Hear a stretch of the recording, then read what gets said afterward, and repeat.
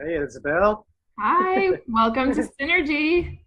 We're Howdy. on, and we got guest Nick from the Subjective Perspective Show, whose show we were just on. Yeah, a couple weeks That was ago, right, awesome. Nick?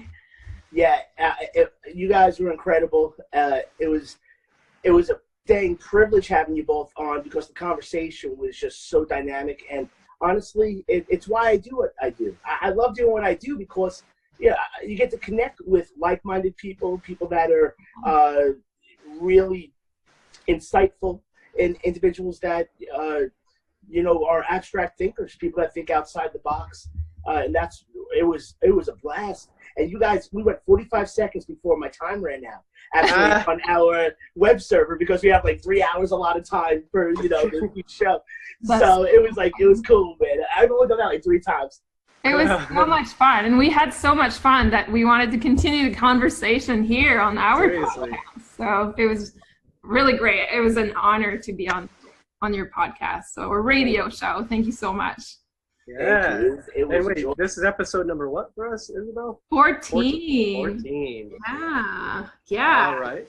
When Wow. Lee comes back in, when Lisa TSP comes back in, I'll ask her to see who our number 14 was, what our episode was. We're at 131, and that's On the crazy. subjective perspective. Yeah. The Subjective That's a cool Perspective show. So we have the music duo, The Subjective Perspective, which is Lisa and myself, my wife and myself. And we've been rocking and rolling, doing that since like 2011. Okay. Playing music our whole lives prior, but but then we made the show in 2013. So it's been like roughly 5 years. Actually, 5 years. This August 13th-ish. Really? Are we? Wow. No, it's not the 13th. Yeah. No, we're No, coming no. up with Hey. the old dates. It's So- 8-8. It's 5 years. This is cool. This is very cool to be able to do this. Very cool. So yeah, we always have our guests when we have guests on pick the word of the day. And Nick, Yeah. what word have you come up with? So I was thinking, y'all, about two different words, and I was gonna go first with like the bigger word, the one that probably made me sound a lot smarter, and the one that made me look a lot more cooler. But that was metacognition. That was metacognition, and that's just the idea of thinking while you think, But I decided to go with what we had mentioned off air, the word simple. And All right. for many reasons. So the word of the day here for episode 14, which I'm very excited to be part of here, is for me going to be simple. Simple. What was the other word? Just off chance. Metacognition. Oh, metacognition. Okay. That's the idea of thinking essentially why you're thinking, being immersed in the thought process, and really being aware of what direction you may take next with your decision making. So it's very interesting. It's very cool.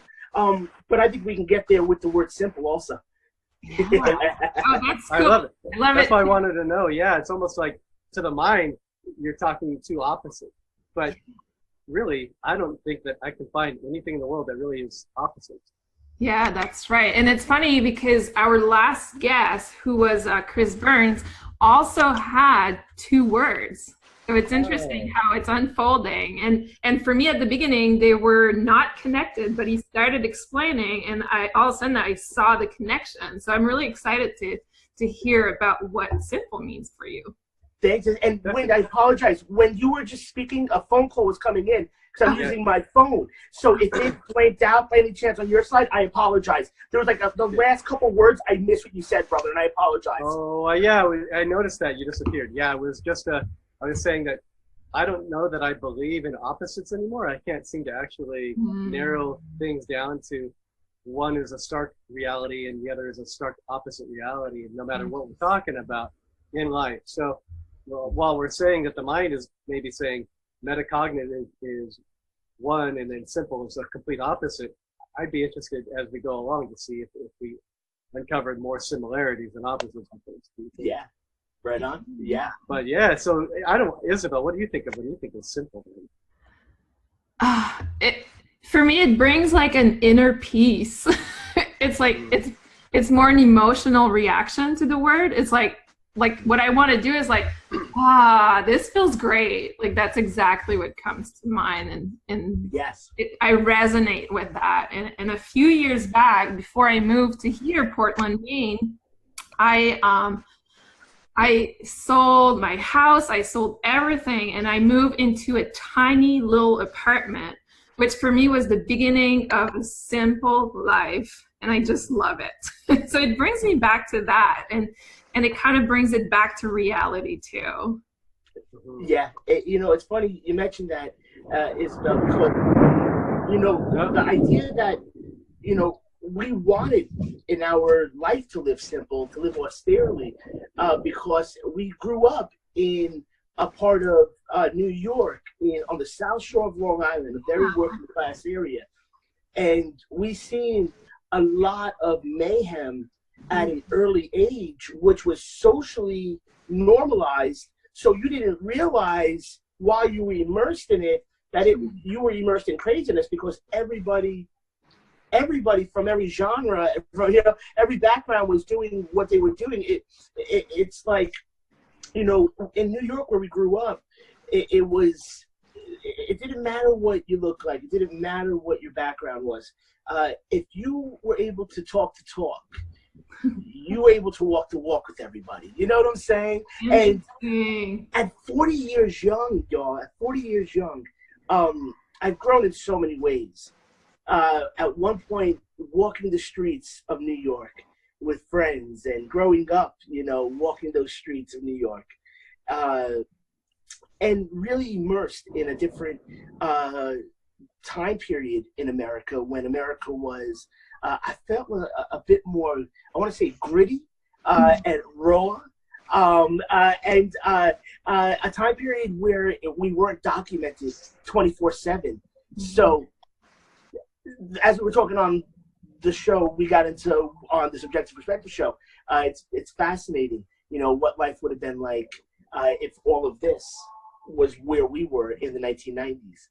Wow. So that's why it's a very near and dear to my heart where I grew up, because where we've come, where we are now, is such a huge accomplishment that we want everyone to realize that they can go out and be the manifestors of what they see up here, both good and bad. But keeping it simple. Sometimes just having that focus, staying very, not too hyper focused, but staying, immersing yourself in that moment, in the thought of what you want to be in your life every day. One day it becomes us, and it could be good and it could be bad. It's what we have. It's those images we hold. Yeah, I love that. What does it mean for you? For me, well, I guess like if I were to say, there's probably a million examples. If I asked an NFL player, is football simple? They'd probably say yes, in its complexities, right? But for me to play football on the level that they play football would be a very complex process. And, or for me, mysticism is simple, but I don't have to try, and I didn't even know that about myself. But if I had asked the version of me who was 40 years old versus the 48-year-old self now, if mysticism was something simple or complex at the time, it was fucking so complex, there was no way I could have ever imagined what that would be like. And nor would I imagine that my life would pull me that direction without me even trying. So, and just in the process of understanding the things that I do now from what we call mystic sense, it's very simple to me. It's so simple that it makes me laugh, but trying to operate with that simplicity within me in a world that finds that sort of information complex, arcane, metaphysical, whatever, I find challenging. So, and then I'll have these little breakthroughs, like a release here or release there of old energy stuff, and then it becomes even more simple than it was before. But up until it was simple, it was fucking hard. And I think that's the same with anything. Like to an incredible wizard, an incredible like mathematical wizard, like math is probably Oh, that was close. That was crazy. Yeah, I'm having a nice lightning storm and thunderstorm. I heard that. That was crazy. That's why I see the flash in it, so it's like right overhead. I see the flash and then the sound is right behind it. But, it's kind of funny timing too. But yeah. I would say that there's no way it comes down to maybe what you say on the subjective perspective show. Just the title itself, Nick, is that everything is subjective to your perspective, and so. And in life, we get the gift of multiple perspectives if we allow ourselves, or we could just really fine tune and say, we're going to have one path in our life. We're going to be a fireman from the age we're 5 years old. We know we're going to be a fireman. We drive ourselves towards it. We become a fireman. We retire as a fireman. Maybe we go travel and live a retirement life after that. Was that simple or complex? I don't know. You'd have to ask the person. But you know, to some people, it's that linear, and they may gain a few perspectives along the way, or they may be what we call tunnel vision and myopic the whole way. But either way, was it hard or easy? I mean, it just depended upon that person, you know? Yeah. So everything, it's so subjective. What is easy for me in the metaphysical realms, literally almost nobody understands. Well, you know, it's like the information in Wizard of Oz. It's like the Oz behind the veil. That, you know, that little dude has all the information. Everybody else is making things so complex, but it's not that complex, you know. And I feel like the biggest questions that we have, like life's biggest mysteries. You know, why are we here? You know, what is this all about? You know, what is this? What are the planets? You know, all this really interesting stuff. What is the solar system, the universe? I feel like if we could boil it down to I think that's where it's going, to its most simplest, purest form and essence of what we are trying to convey in our intention of really understanding. That's when perhaps it presents itself. Now, we were talking about this on the Subjective Perspective show. You know, Wynn, you're right, brother. You know, this is about a multitude of perspectives. And this is about realizing that no one person has this thing all situated. That we aren't, that it takes everybody to equal one.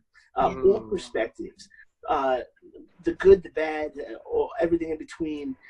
And by understanding those perspectives, by being able to empathize, not having to live per se in the shoes of somebody who's done bad, but to understand why whether it's the behavioral conditioning, whether it's the, you know, whatever forces are at work.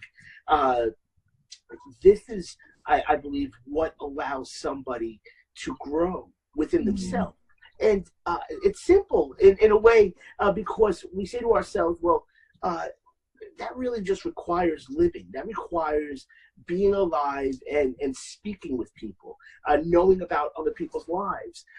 But we're so taken by the media, and the media has a way of, how would I say it, hypnotizing us into seeing ourselves certain ways, seeing the world in a certain way, that I think it's important for everybody to turn off for many hours, many hours, maybe turn on for a moment, but live life organically. And I think getting back to those simple times is where that the progress of the future will be. In the simplicity. We've gotten pretty complex in this technology, and in thought, you know, we've gotten very complex. But there is something magical about those simple energies, the time periods where people may not have been ignorant, but truly chose to live simply, to put it in the context of our word of the day. And it's interesting because I'm starting to see the connection with your second word. It all starts from your mind, right? Like, it all starts from your perspective. Yes. Huh. Yes. It is, and I don't think the average human understands how much of our reality is just fabricated from our mind. Like, because because to know the vast reality of that would be to reduce, and it reduces life to, in film terms, to a green screen, to where you just have this background of green, and then you superimpose all this stuff that looks like it's real on top of it, so that you have the actors running around in front of this green screen, but you really think they're in the jungle somewhere, or they're on a motorcycle chase somewhere, and all they're doing is acting in front of this green screen, going through the motions, but they're not out in the jungle, they're not out on the streets, so like the mind thinks that's super complex to wrap itself around, and that's counterintuitive. Mm-hmm. But the truth is totally opposite. That the green screen effect, that the counterintuitive part is actually how we are able, through a collective mind and a collective agreement that grows through millions and billions of people, to agree upon cars and buildings and food storage and world hunger and all this stuff. Like, no, those are the reality. Well, but they're not the reality to everybody. Not even world hunger. And not even the world being round or whatever, oval shaped or whatever. Like, nobody, not 100% of anybody agrees on anything, which is the beauty, and that's actually true. There's no one way of understanding anything. That's right. And that's what I understand from what you were saying, Nick, about like the news and the media. They have the capacity to bring together that collective mind. So if we're all listening to something, we have the capacity to bring that green screen to manifest or certain reality. So I find that interesting. And I heard something from both of you and Nick, is that for you, it seems like life has gotten more simple. Do you find that's a historical perspective too? Like, do you see our world getting more simple? I think that we are. Personally, I think I've created a reality that's more simplified. Unplugging for many hours, being focused on focusing my energy on certain things I want to manifest around me, by not just thinking about it, by actually working towards that, whether it's making phone calls, whether it's, putting resumes places, things of that nature, having things happen.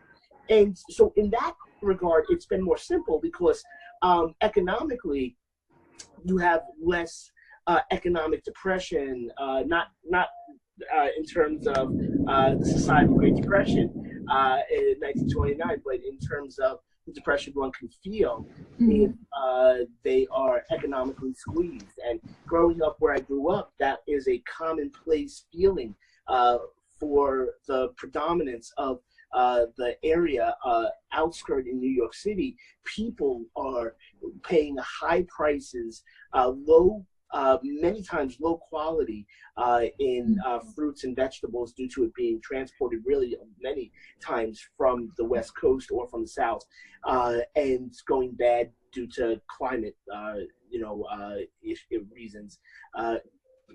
But this is why, when I think about how the idea of why we become who we become is so pervasive into my thought process. Where I came from, I had lived that life of feeling those feelings.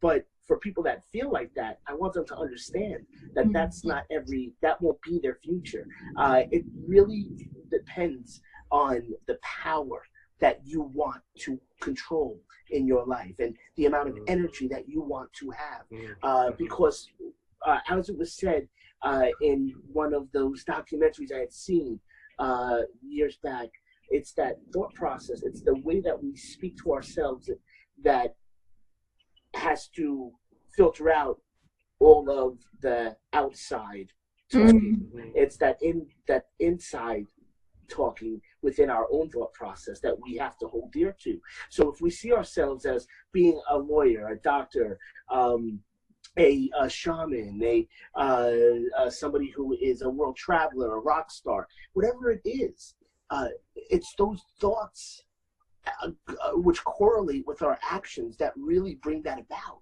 So it's 100% what you both have said. And from that's why I think you two, there's a big picture that we're a part of. And we're having this ability to do this and to have this beautiful conversation, which will reach people. This will definitely reach people. And people will realize that they have the ability to do what we're doing also. That opens up this thing they call perspective. And for me, just to bring it back to the point in question, it's become simple in the way where I feel like I have control. But it's complicated, as you both know, with what's going on around us, whether it's politically, whether it's sociologically, looking at the veils of media and how that has, taken people for a loop. Not all media is bad, not all news is fake at all. So I don't want to be one of those people, Steve. But making the point that there are neurological impacts in the way that we take media, whether it's through pro-social conditioning, pro-social media and the way that conditions us, more of the positive stuff, more of the education stuff, which was passed by Congress towards the mid to late 1900s, that, there had to be a certain amount of time where there was some kind of educational programming. So, but as we know, with the rise of the internet, if a child is not monitored, they could be taken any direction, which is where that whole idea of it takes a village comes into play. So sort of bringing it back to the simple idea of, we got to be each other's brothers' keepers and sisters' keepers. We have to be those individuals that want to see, as not to be cliche, that change, as Gandhi made the point, that we want to see. We have to be, but it really is true. We have to go out there. We have to be kind. We have to go out there. We have to be the people that are inclusive. We have to be the people that we want to see people be, because we are those people in essence. This reminds me of Isabel and I, why we started the podcast, because we had a conversation about Isabel, we were talking about back in February or March of 2018, and now it's August of 18. Yeah. We were talking, I think about the way we were both getting a little fired up about the way women are acting as if they're victims in the world somehow, and how that's a spiritual enlightenment to say that women are victims, and a couple other things. But I remember, Nick, you were talking about socioeconomic, and I think, that's one of the things that's a hot topic these days in the world of paying attention to the world, and is women's empowerment. And Isabel and I had a different way. Like, people are making it a little too complex. But Isabel, I don't remember. Yeah, it's interesting. It was at that time of the hashtag Me Too, I think. That's why we started that conversation. And for me, it brought me back to think about the whole aspect of it. And I don't necessarily want to bash the idea behind, but at the same time, I could use that hashtag Me Too. Like, I would be the perfect candidate, but I didn't feel the need to express that, because for me, it's an internal job. And that's why for me, it's simple. Like, I don't need to express it to the whole world. I need to deal with it internally. It's my own personal journey and story. And whoever needed to be involved in the conversation had been involved in the conversation. So I faced the aggressor. Like, I did everything that for me was healing. And I think I see that a lot in the world right now, because when we started the podcast, there was a lot of screaming about our president, right? So all those pieces. And for Wind and I have to admit that originally that was triggering, that was difficult. But when it came to reality, it was simple. It's so true, because it brought to light what needed to heal within me. And that's what life, I feel like the more I realize what it's all about, it's so simple. Like, but yet we love making things complex, right? We love categorizing, we love formulas, or we love complicated stuff. And I think it ties into, like, I don't really watch them, but I know I've seen a few TED Talks, for instance, that are real popular. We all know who they are. Women or men who have been victims of human trafficking, for instance, right? Snatched from wherever they're from and forced into a life of forced labor and sexual acts, right?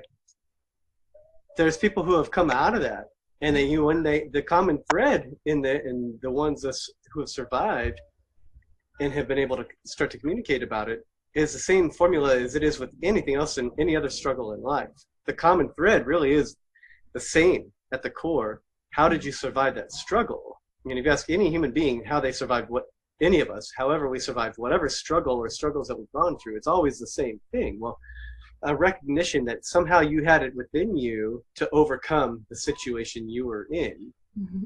And sometimes you just had to be patient and believe long enough that you were capable of living a different way, and then be open to however that opening, that escape from whatever your situation you're in, to arrive and know how to act when it was there. But the truth is that escape is always actually there. It's always there. Sometimes it might take a series of events physically, but those physical events will come as quickly as the mind says, I'm ready to be out of this situation. It's your green screen. It's always perspective. It's never like you never actually signed up for a life of servitude. You only signed up for a life of understanding servitude. Mm-hmm. And if you choose at some point in that life to escape servitude of a severe magnitude, if like in human trafficking, or some people will say religion is a severe servitude. Some people will say political governance is a severe servitude, or taxation, or whatever, you name it, but it always comes down to a state of mind. And at any given time, you are allowed an escape out of that, which takes you back to the Buddha or to the Christ teachings. You never have to be subject to the perceived oppression. And that's why media is so strong, because it continues to feed the machine of perceived suppression. And that's the only reason it's strong. And the only reason you need to not pay attention to media is to know that there is an escape outside there, and to look for that escape. But that escape is only going to come from inside you. And it comes down to any person, including people who are in genocidal countries or in human trafficking situations. It's across the board the same answer all the time. What do you have in you, and how ready are you to be free? And if for some reason you don't see the signs, the doors that get you out into the physical freedom, you could still find the freedom inside, because nobody will ever own that part of you inside. That's so beautiful. And it connects so much with the kids that were stuck in the cave, right? Yeah.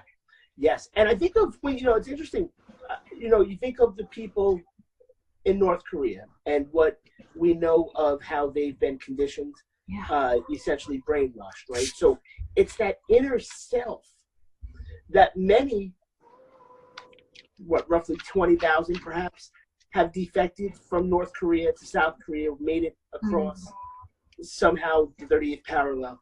And, that's that stuff that when you're talking about, brother, that's that inner stuff, that inner self, that inner psychic ability to manifest your own self-image. Because when we're born, many would say that we're born with everything in us already, and as we grow, it sort of comes out, and this human shell dissipates. Others say that we learn in life, right? And we learn who we are. We learn who we're going to want to be based on what we see. So I'm not saying I take either stance, because quite frankly, I'm one of those people, as I mentioned earlier, that know that there's a multitude of perspectives.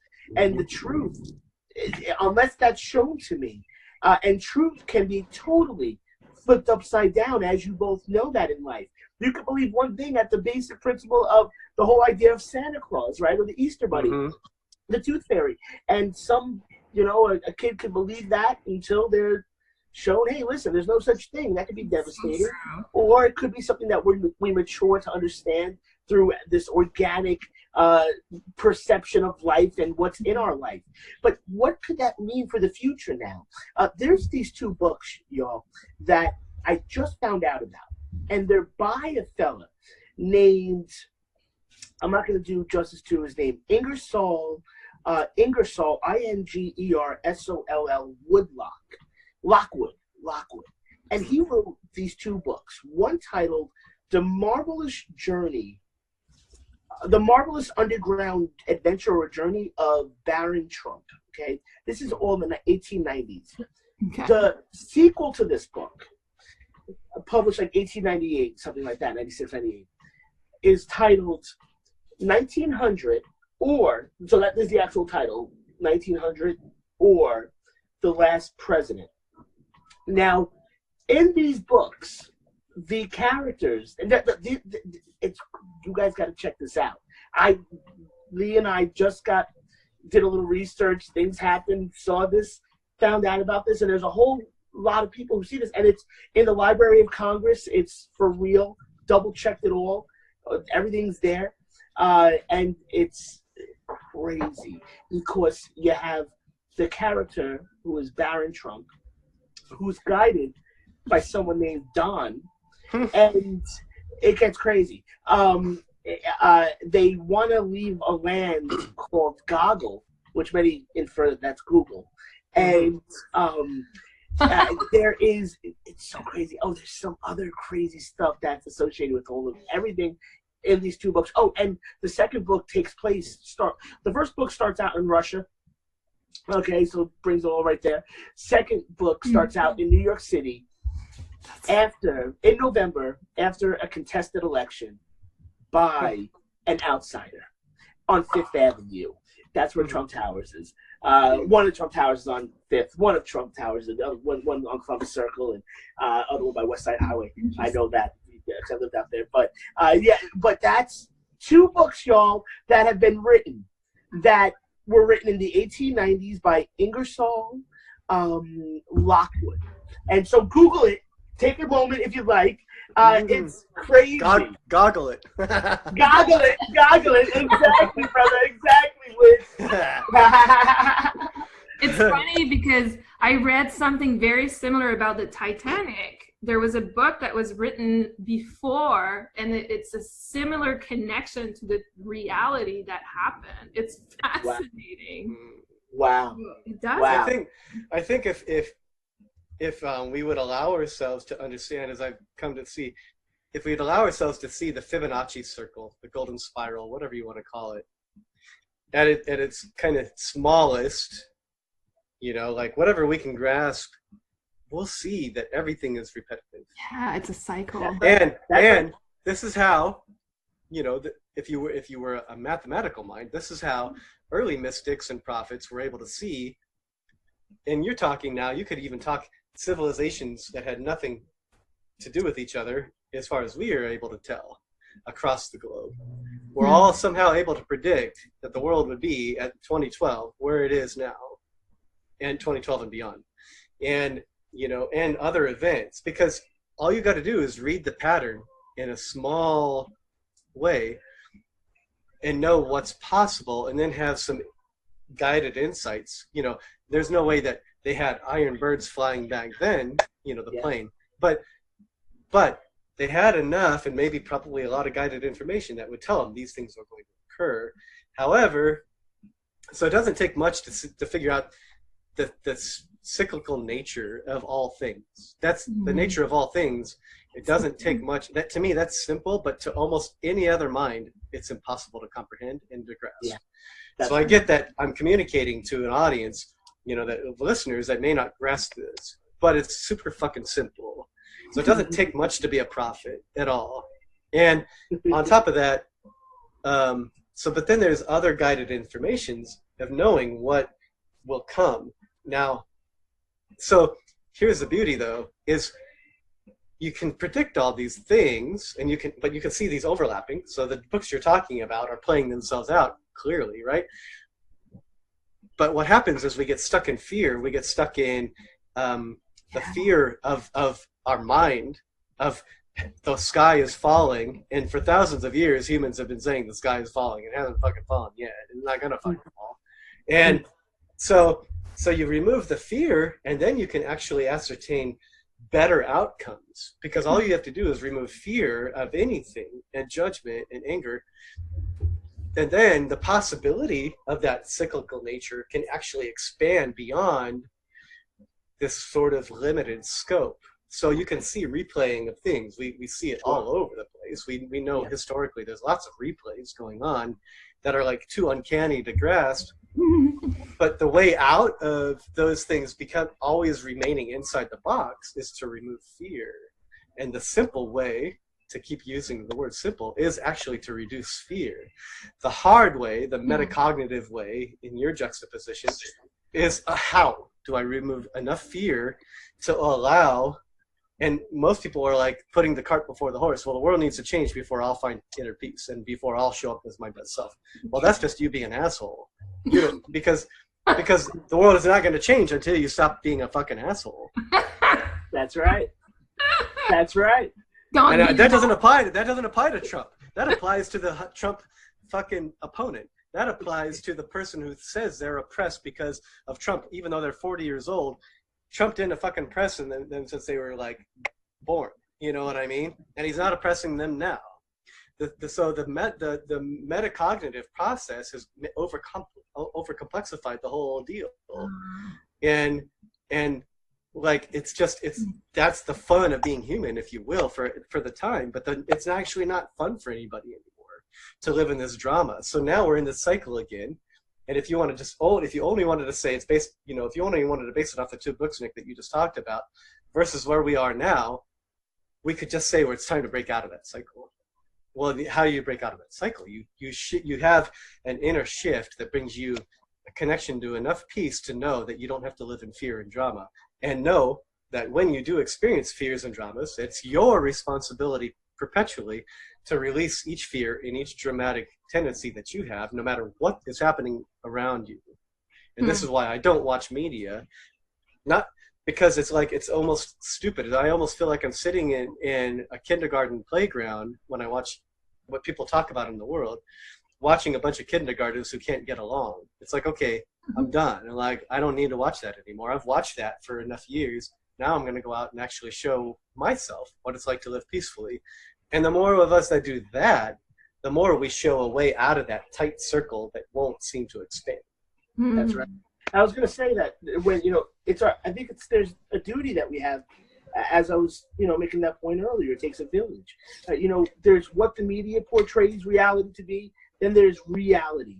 It's always wild, to see those pieces of literature, to see things play out, like 1984. Just to see those prophecies, those prophetic words play out, and you think to yourself, wow, what was it? What was it that they saw that others may not have seen? And it goes back to your point, Lynn. It's that formulaic aspect of life, the pattern that we all live within. And when one sees the pattern, one is able to predict. But the thing is, it becomes eerily uncanny when they start putting names on these things. You know what I'm talking about? And it's like, wait a second, man. You're talking 1890s and you're talking Baron Trump? Don? This is some crazy stuff. So now, with that said, it goes back to us going into the community, us being those purveyors of ideas that will allow other members of the community, doesn't matter if they're young, doesn't matter if they're old, but people to seek their own internal truth. And when people start to see that, that's when all of the external nonsense falls at the wayside. I think, though, what happens is this. I think we've lived in a culture of media-driven society for the last, let's say, at least 40 years, hardcore, right? Since the 80s, massively hard with the fantasy machine, the fantasy industrial complex, right? With all of Hollywood, with all of the advertisements and the branding and what that had imbued in our consciousness to turn us into who we are today. Because we are not who our parents were, and our parents are not who their parents were, right? But there's such a big disconnect now between this generation and my family's generation, where my family's generation could build a house with their bare hands. This generation, you know, it's been a generation immersed in technology, so they'll be the genius thinkers of ways that we can create a house, maybe not with our bare hands, but with some other means. So there's it's a 3D photography or 3D printing. 3D printing house. Yes, exactly. So there's a beauty on both sides. The grass is greener, as they say. So I'm not to knock either generation, but there is something within that simplicity that I think we all have to really get back to, and that's living off of our own means, whether it's you know, farming, whether it's knowing how to map out a direction. It's wild to think how many people would have a hard time even going out into society, who have been so immersed in the complex that they have based on the way the media is, the way the media portrays reality. There's a lot to be said about taking life into your own hands and really being the director of your life, rather than somebody else coordinating what our thoughts are. And that's the simplicity of it, is just being in control of your life. But I guess it's complex to get out and to deprogram what we've already been programmed to see in this world. And that once that happens, once the deprogramming happens, it can get a little intense for people. It could feel like, well, wow, you know, this reality is not what I thought it was. You know, and to say, just waking up to an understanding of politics. There are some people that are under the false assumption that any politician has their best interest at heart.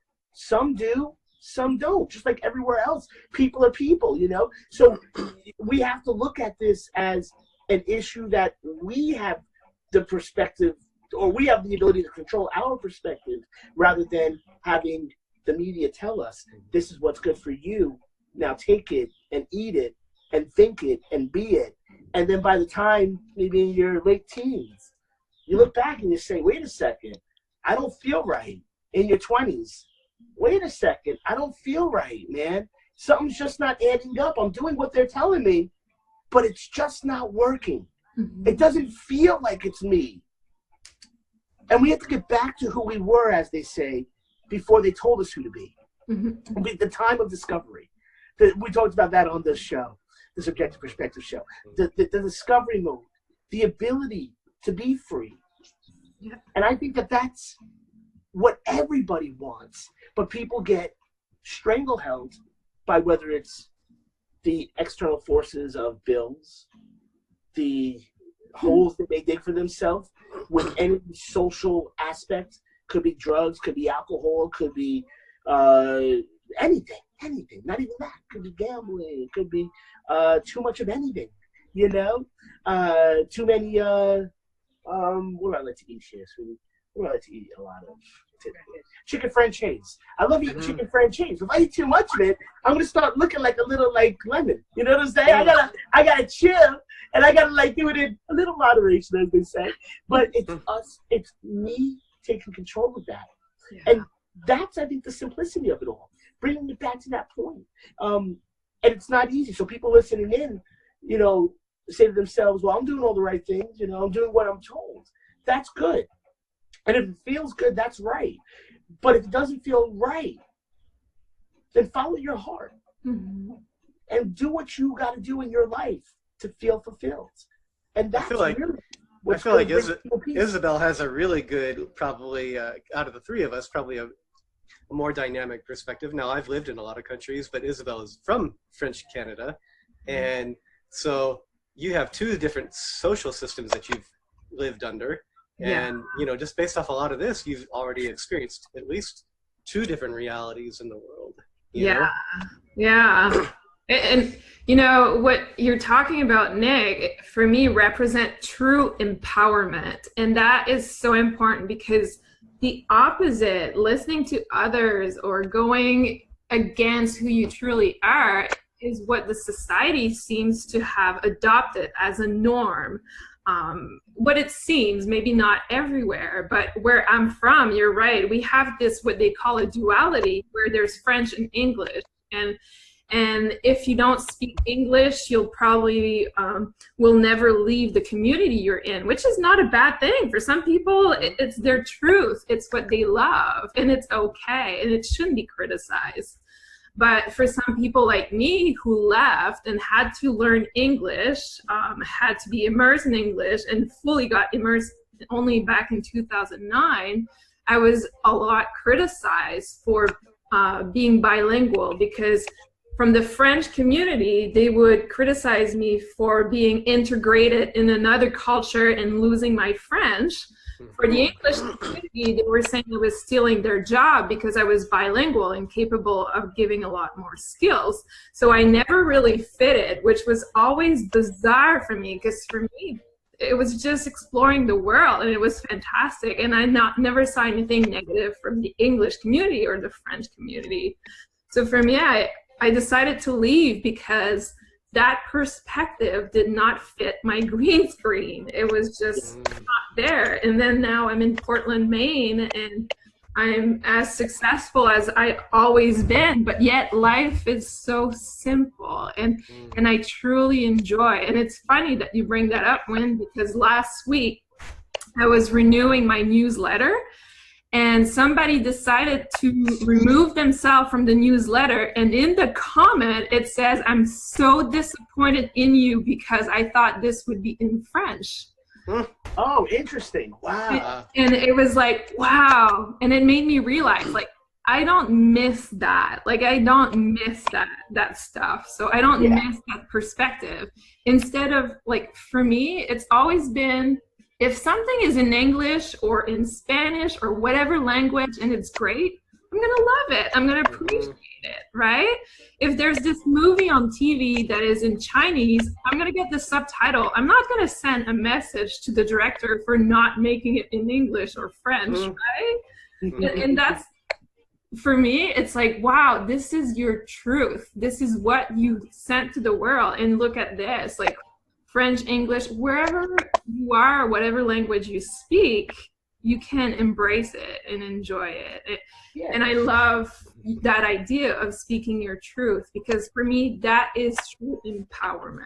Yeah, I remember when Allison and I 2 years ago started to put out that we both received guided information that we were supposed to open our relationship, and we also identify as a twin flame relationship.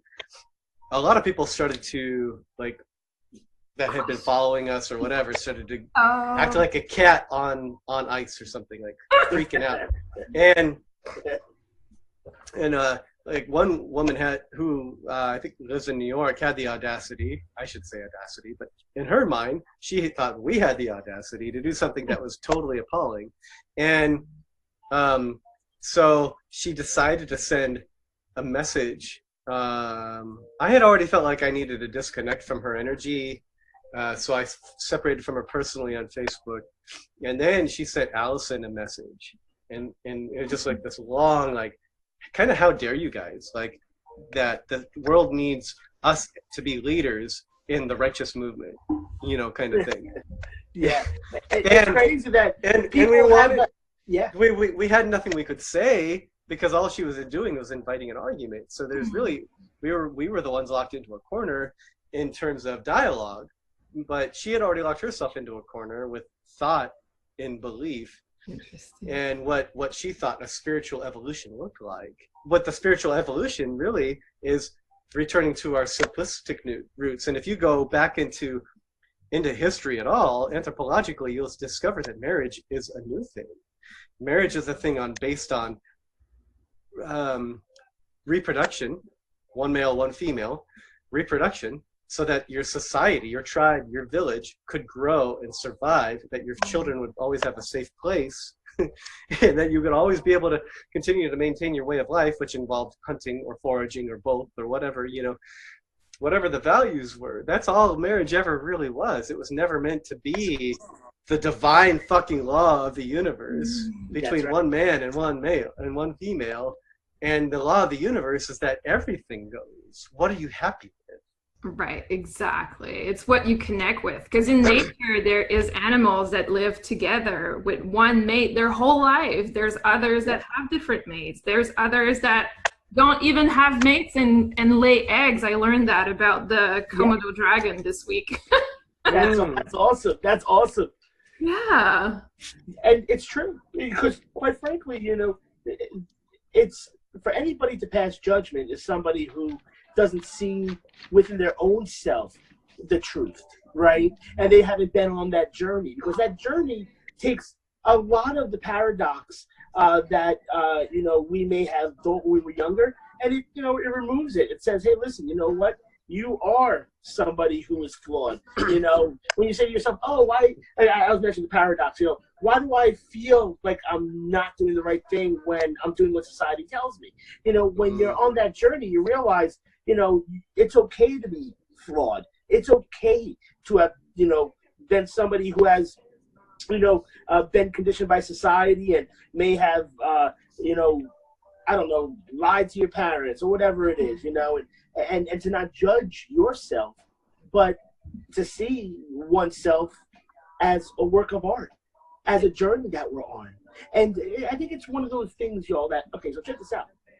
It really brings me back to the point that, you know, we as humans, living simply, for roughly 95% of human existence, until the Neolithic age, which is what the last couple thousand years, and we became these complex, you know, life forms, these complex Homo sapiens, and it's one of those ideas that, well, there's something magical that's happening. There's something magical that has happened, something magic happening in the moment right now, and to be aware of that magic, not to be able to define it, not to be able to say this is what it is, but to say I'm part of something beautiful, and then to go out there and to spread that word. Aldous Huxley, a great writer, made a point that the secret of genius is to carry the spirit of the child into old age, which means never losing your enthusiasm.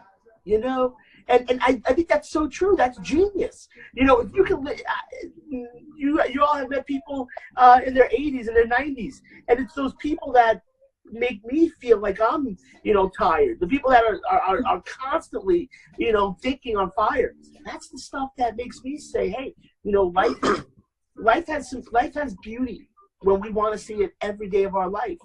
What the future holds for humans, if we can prolong our consciousness, or if we can shift our thought process somehow, that database into a finite, infinite form, not infinite form, into a body that is made of metal, let's say.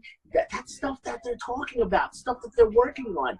And it makes you think, you know, I really want to. Are we on the tip of something brand new, and are we the biological species as we know it? Are we on our way out?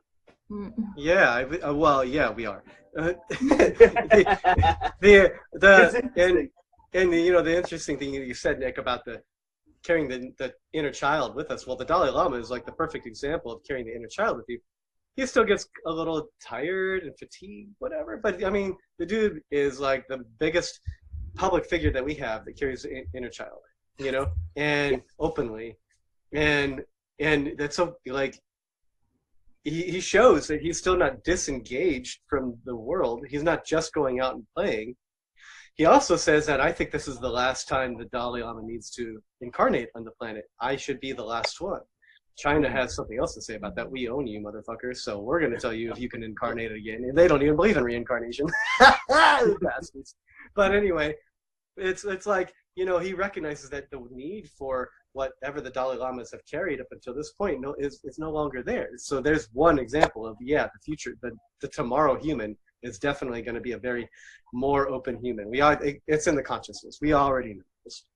But, you know, the other thing about that is, like, I would challenge that each person that's sitting there yelling and criticizing Trump is it's their own inner wounded child yelling at this president who's obviously got a strong inner wounded child. And they're yelling at him to be the one to fix their fucking problems that they need to take ownership on. And Obama comes along and he didn't fix anybody's inner child. So you know, the next Democratic president isn't going to fix anybody's inner child. It's all about you. So it really is about the inner child. There's nothing else it's about. The inner child knows how to be present and play in a way that we complexify ourselves out of as we get older and more mature and more adult, you know? And so the challenge, I would challenge anybody who ever has anything negative to say about somebody like Trump or Bush before.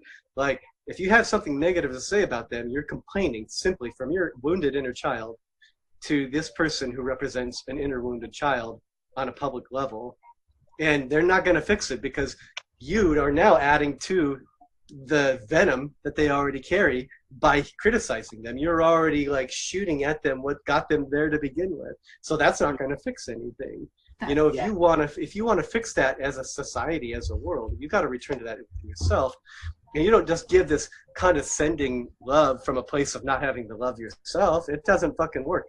I'm one of those guys. I'm one of those conservatives turned into a mystic on accident. It wasn't, well, not on accident, not a universal accident, but not by my mind. I was completely like them. I could look around and say, you are a fucking stupid human. Like, you do the inner work to fix yourself. You need to quit criticizing. You need to grow up. You know, I had all this kind of vulgar language to go around what was actually true. And that's the thing, is we all carry the truth. So if you wanted to really, like, in a cosmic sense, say that God has separated itself in some ways through political parties in the U.S. in some ways, of all the ways that God has separated itself, there's one stark reality between the perceived idea of what a Democrat is and should be and the perceived idea of what a Republican is and should be, and both are right. One is, let's be a little more sensitive to each other and kind to each other if we really said a Democrat was really just that. And if we said a Republican is really just get the job done and quit whining, both are right. Like, you know, both are right. And really what it comes down to is, how do you merge this inner child so that it has a safe place to live? Well, you don't blame the president for the way the world is. The president jumped on the train already in motion. and it's like, when do we become the models for our children that we want them to see? It starts in the home. There are great. It starts at the home. Nowhere else. That's where it begins. And those parents that are doing it, our hats are off to you. And we need more of that. And I believe that it's obviously not every family is going to have a household that is that Leave It to Beaver style, you know, mold of, you know, mother, father, everything, you know, is hunky dory. It's, you know, there's a lot of tough times out there. People who don't, you know, a lot of beautiful people who don't have parents, who are raised, you know, within the foster care system. And these are beautiful, amazing people that do amazing things. So that's why I always got to make that point that regardless if it's somebody who has a mother and father per se, and have that house in the suburbs and the car and go to that nice suburban school, don't think that you can't succeed, and don't think that you can't be the person that creates a reality that goes beyond your wildest imaginations. So to put that out there, it's really indicative, y'all, of the fact that we, you two, myself, Lisa, you know, people that care enough to talk about these ideas, people that care enough to speak to, whether it's our family, whether it's our nieces, nephews, whether it's in schools, whether it's at the bus stop, you know, people who care enough to have this conversation are the ones that make those changes. You know, a revolution doesn't require bloodshed. A revolution doesn't require all the craziness. It's in one word, you know, in one word, it's change. You know, it's change. And if that change, you know, takes time, When you were saying it on the Subjective Perspective show, there's this occurrence right now. There's this awakening occurring, and I concur. I 100% agree with you. I've gone through an awakening. You have, y'all have. We have here, and it's this enlightenment. It's this period of not just technological enlightenment. It's spiritual enlightenment also. It's the self that we have sought within ourselves. We have become seekers. When we, in the 1970s and 80s, many people were taken by the beginning of the media, because the media was really just starting to skyrocket. At a point right now, not a lot of people even have televisions. It's on their iPhones or on their tablets, and what will that, one day evolve to? We are those people that get to, see it unfold, because you all remember the times before the cell phone, before the beepers, before those electronic leashes, you know what I'm saying? We've seen it unfold, and we're able to see also what the future may hold. That's crazy, because when you talk to somebody who has never seen a day without a smart device, you say, whoa, that's mind-blowing. You know what I'm saying? It's like, whoa, wait a second. You've never seen a world without a smart device. That's where we have to get back to that simplicity. We have to make these tools not extensions of ourselves.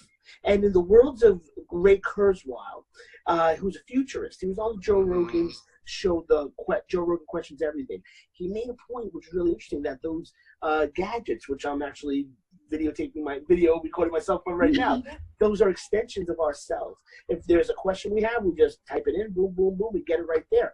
He says one day those will be, these devices that we're on right now, these smart devices, these phones with the computers, there'll be just chips implanted in the back of our ears, in the back of our heads right there. And I can't conceive a world where that would happen. But then again, could you conceive a world that we're doing right now in the 1980s and 90s? This is something that was like crazy talk. I want to share something with you, Nick, before we get offline.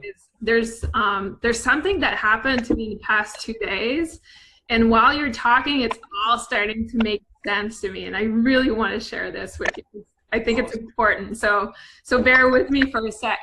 So yesterday, I was driving back from, well, let's backtrack a little bit. So I am very much connected to animals and nature. And usually when they show up in my life, there is a very specific message that I need to connect with.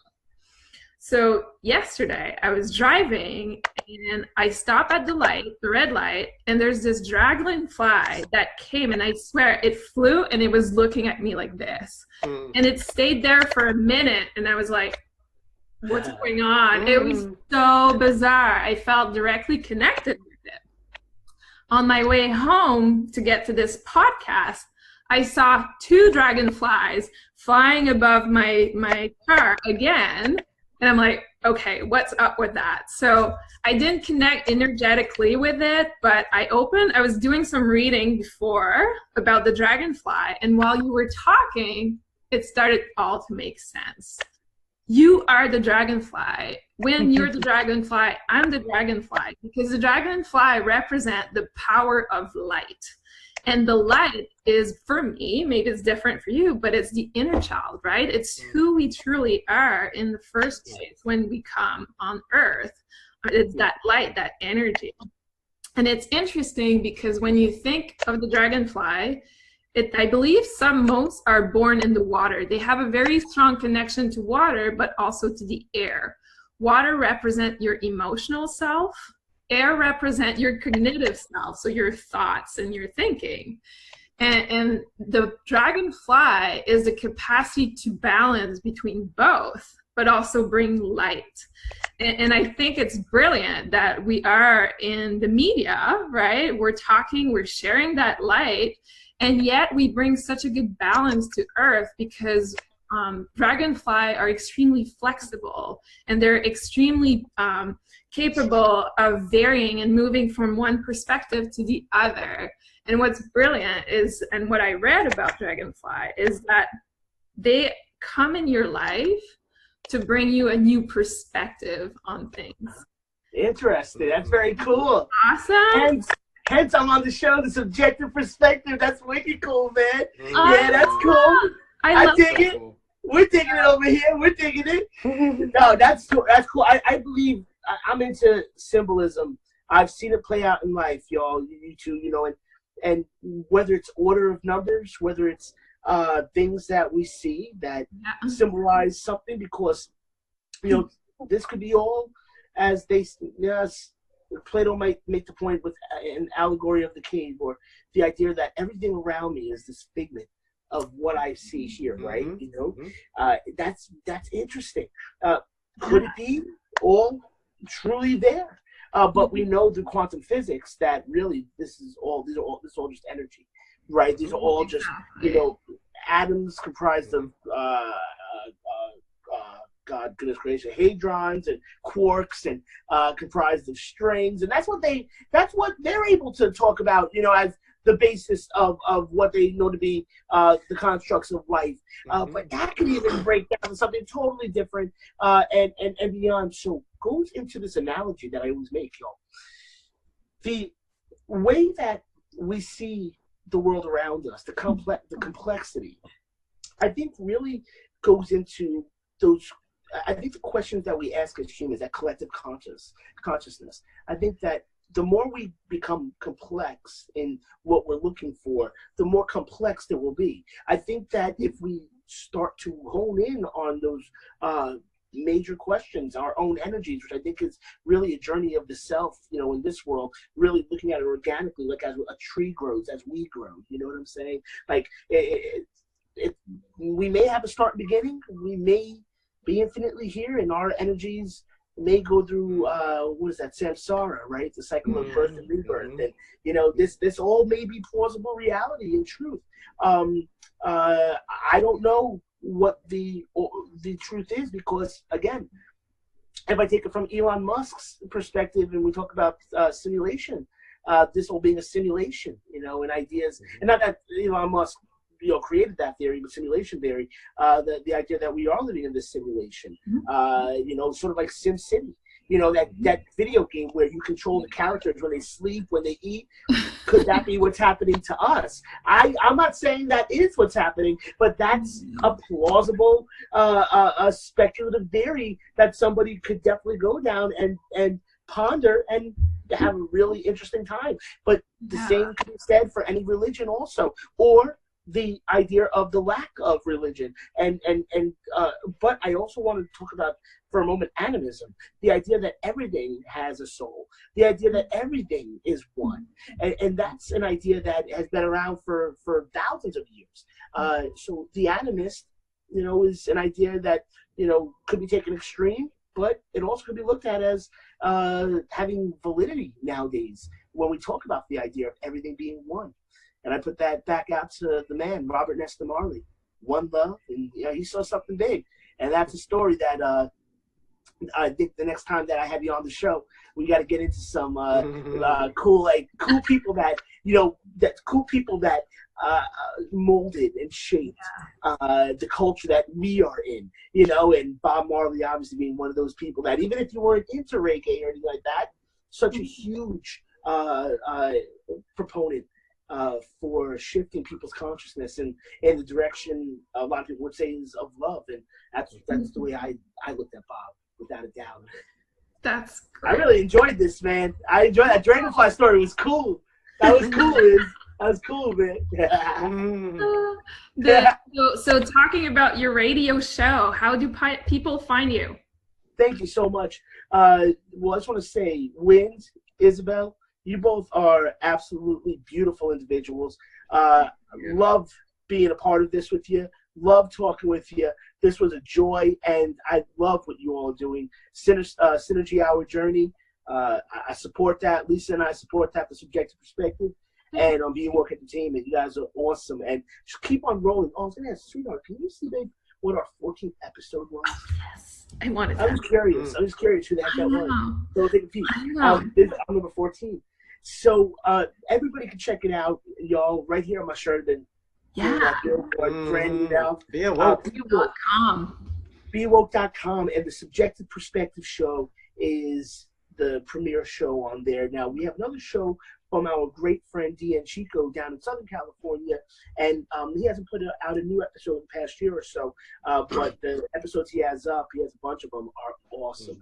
So he's a really, really, really smart dude. Cool. He got to interview Jill Stein while she was running for president.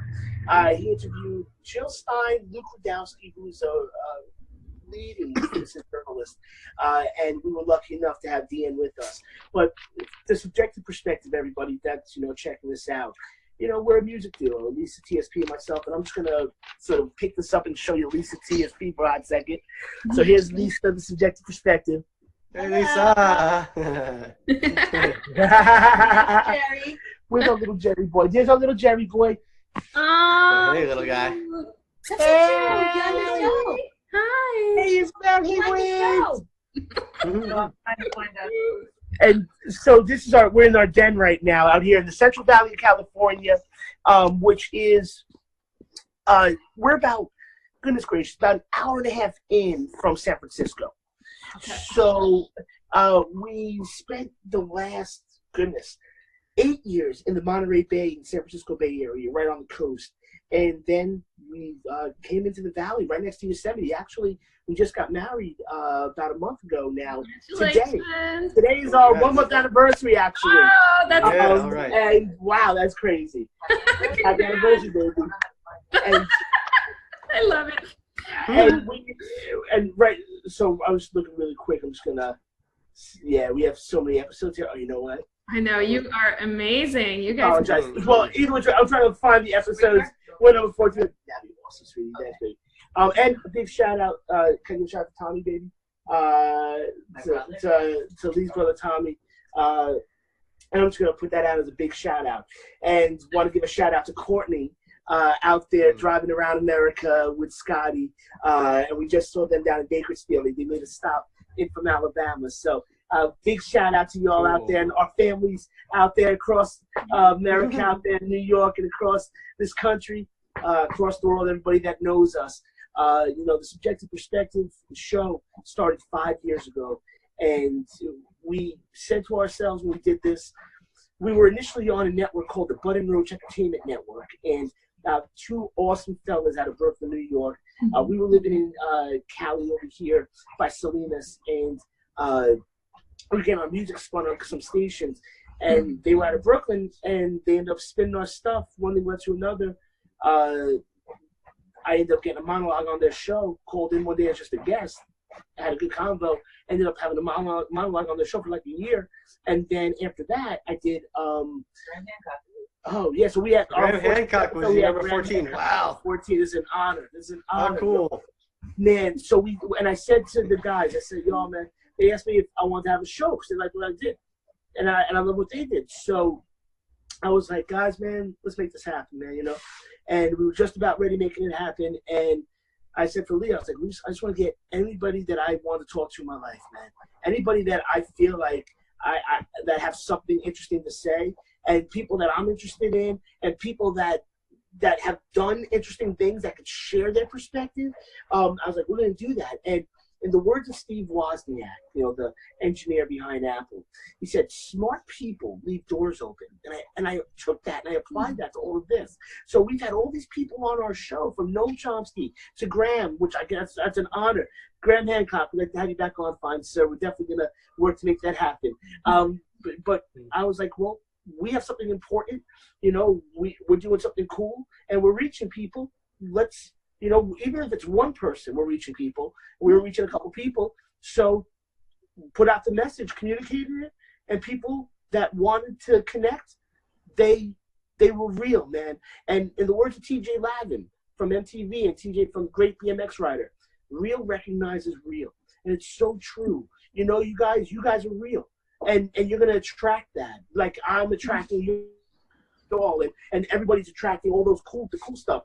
And for everybody listening in, the Subjective Perspective show, was on the Bud and Roach Entertainment Network, and then this past October, the original creators of the Button Roach Entertainment Network, we ended up owning it with them, and we ended up taking this avenue, creating our own network, the Be Awoke Entertainment Network.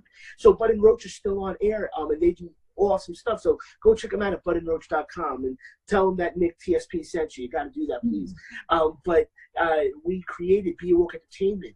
So all of our episodes, you know, from all of the years we've done the show, or all under Be Awoke on our page at beawoke.com. So whether it's, you know, Immortal Technique, whether it's Ron Jeremy, anybody we've had on, you go to beawoke.com and just click on the pictures of people, and you'll take you to the archives section. You can hear me speaking for an hour and a half with some of these really, really interesting and iconic people that you'll have a whole nother candid perspective of, because nobody's being controlled by corporate media.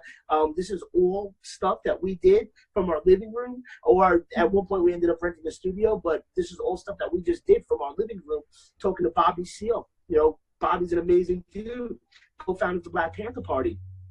I had Bobby on for like an hour and a half, and if you listen to that episode, he gets into the stories that are like, wow, man, stuff that you learn in history class. Well, he's right there, you know, talking to you. And I have my history degrees. I have my bachelor's in history. So I was always into that stuff. And I did my master's in social studies education. So I'm an educator, along with being somebody who's into the social fabric of society and history, and doing my doctoral work right over there at UNE, not far from you, ma'am. Yeah. Isabel, you and your other half over there in Portland. And I'm finishing up my dissertation coming up within this year. So it's pretty incredible stuff. And that's in a leadership aspect of transformative leadership and transforming lives. Not just leading, but having people see within themselves that they have it in themselves to change also, and to transform people's lives while we're conducting perhaps a direction we're going, and having other people collaborate and maybe change that direction too. Wow. That's TSP. That's the subjective perspective, everybody. That was a dang joy with you two, Wyndham and Isabel. Thank you, y'all. Thank you. Thank you so much for being on this episode 14 with the word of the day was simple. Simple. Did we keep it simple? I'm not sure. So Can't see that it was all so simple then. I'll give you a little Wu-Tang right there. I love it. Ghostface Killer. That was Ghostface Killer right there. It's true. Well, can it be that it was all on so that simple? Note. Cool. Thanks, everybody, for listening in always. See you next time, episode 15. We'll have another guest, which is a good friend of mine, so I'll post a little bit more information about it coming soon. All right, thank you. Thanks, guys. Love this. I love this, y'all. Thank you, you two. Synergy Our Journey. Big supporter. Love you guys, man.